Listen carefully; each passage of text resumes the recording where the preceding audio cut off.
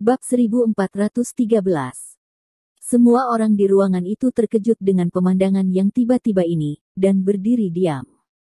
Itu juga termasuk beberapa staf situasi khusus yang mengikuti Derek. Kengerian mereka tidak kurang dari Abler dan lainnya, dan mereka bahkan tidak bisa mempercayai pemandangan di depan mereka. Pada saat ini, kedua petugas mereka berdua dipegang oleh orang lain, tetapi mereka bahkan tidak melihat bagaimana pengawal itu bergegas masuk. Dan mereka bahkan belum mendapatkan senjata mereka telah mengendalikan kedua pemimpin mereka sepenuhnya. Namun, setelah terkejut, mereka segera pulih.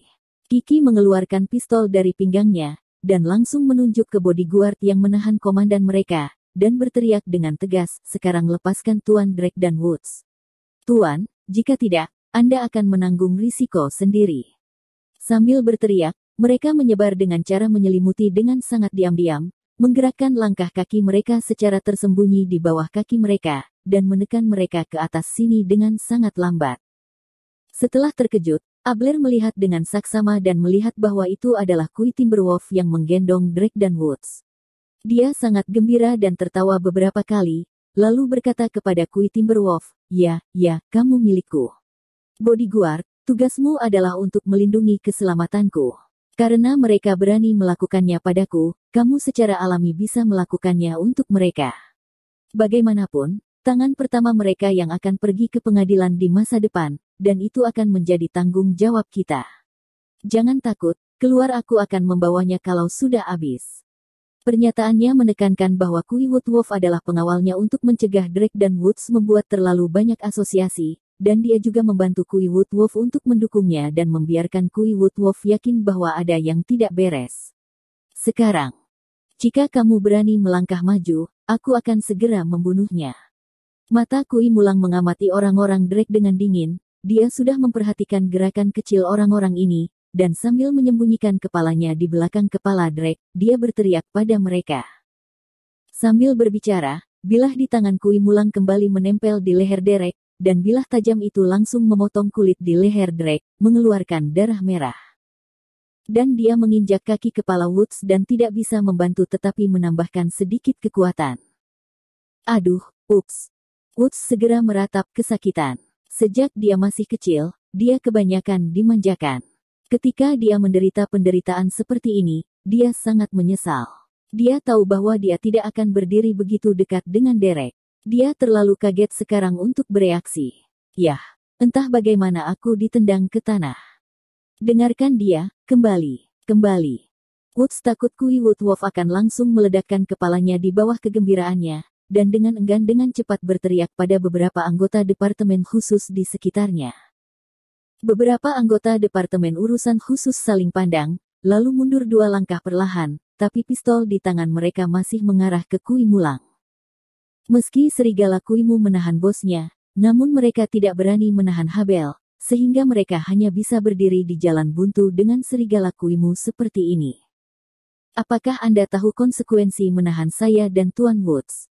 Derek tidak memiliki terlalu banyak kepanikan di wajahnya, dia masih menjaga wajahnya tetap tenang, dan bertanya pada serigala kayu dengan tenang. Sebagai perwira senior situasi khusus, ia bukanlah kantong arak, tetapi juga orang yang pernah mengalami adegan besar, sehingga tidak ada kepanikan saat ditawan saat ini, dan menurutnya Kui Mulang tidak berani melakukan apapun padanya sama sekali. Saya tidak tahu apa konsekuensinya. Kui Mulang berkata dengan lemah, saya hanya tahu selama Pak Abler memberi perintah, saya akan segera memenggal kepala Anda. Nada dan ekspresi pidato Kui Mulang lebih kalem dibandingkan Derek, seolah-olah sedang membicarakan hal sepele seperti membunuh ayam dan bebek. Justru karena nada polos inilah yang membuat orang terdengar semakin kedinginan, dan dengan jelas menyadari bahwa apa yang dikatakan Kui Mulang, itu harus dilakukan.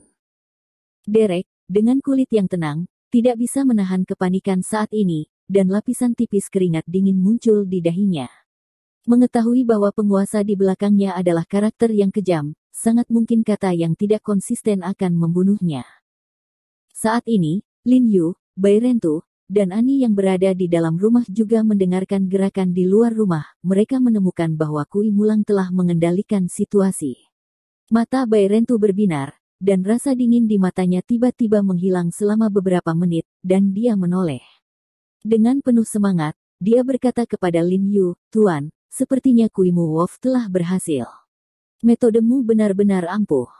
Hati Bai Rentu untuk pemujaan Lin Yu semakin kuat, dia tidak berharap bahwa metode yang dibuat Lin Yu untuk sementara memiliki efek yang begitu besar. Itu semua tergantung pada keahlian kakak Kui Mulang, mampu mengendalikan derek secara tiba-tiba dalam situasi ini. Lin Yu tersenyum, dan dia sedikit lega. Padahal, cara ini sebelumnya diajarkan kepada Kui Mulang, misalkan Kui Mulang membawa 2 pengemudi untuk berperan sebagai pengawal Abel. Ini tidak akan membuat derek curiga, tapi juga membiarkan Kui Mulang menangkapnya secara tiba-tiba. Derek, tunda.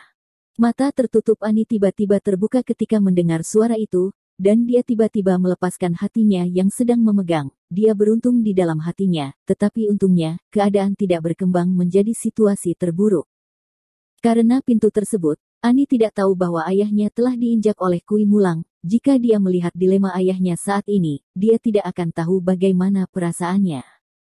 Tetapi setelah kegembiraan, ekspresi Lin Yu menjadi serius lagi, memikirkan apa yang harus dilakukan selanjutnya. Meskipun Kui Timberwolf mengendalikan Derek saat ini, dengan karakter dan identitas Derek, dia tidak akan pernah mudah disandera.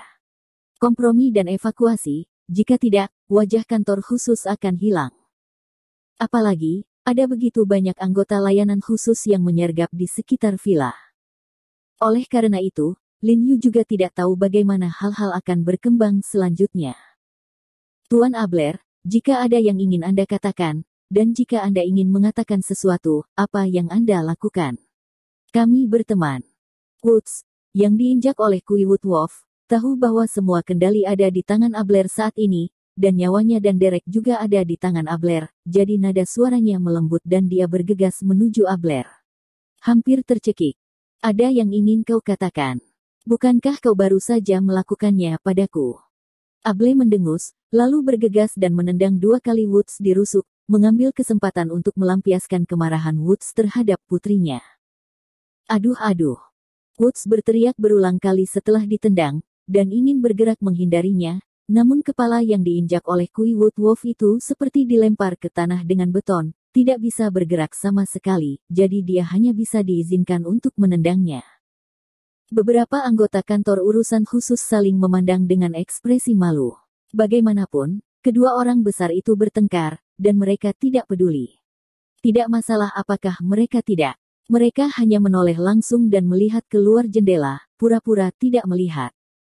Tuan Abel, apakah Anda benar-benar berpikir Anda bisa mengendalikan segalanya dengan menangkap saya dan Tuan Abel?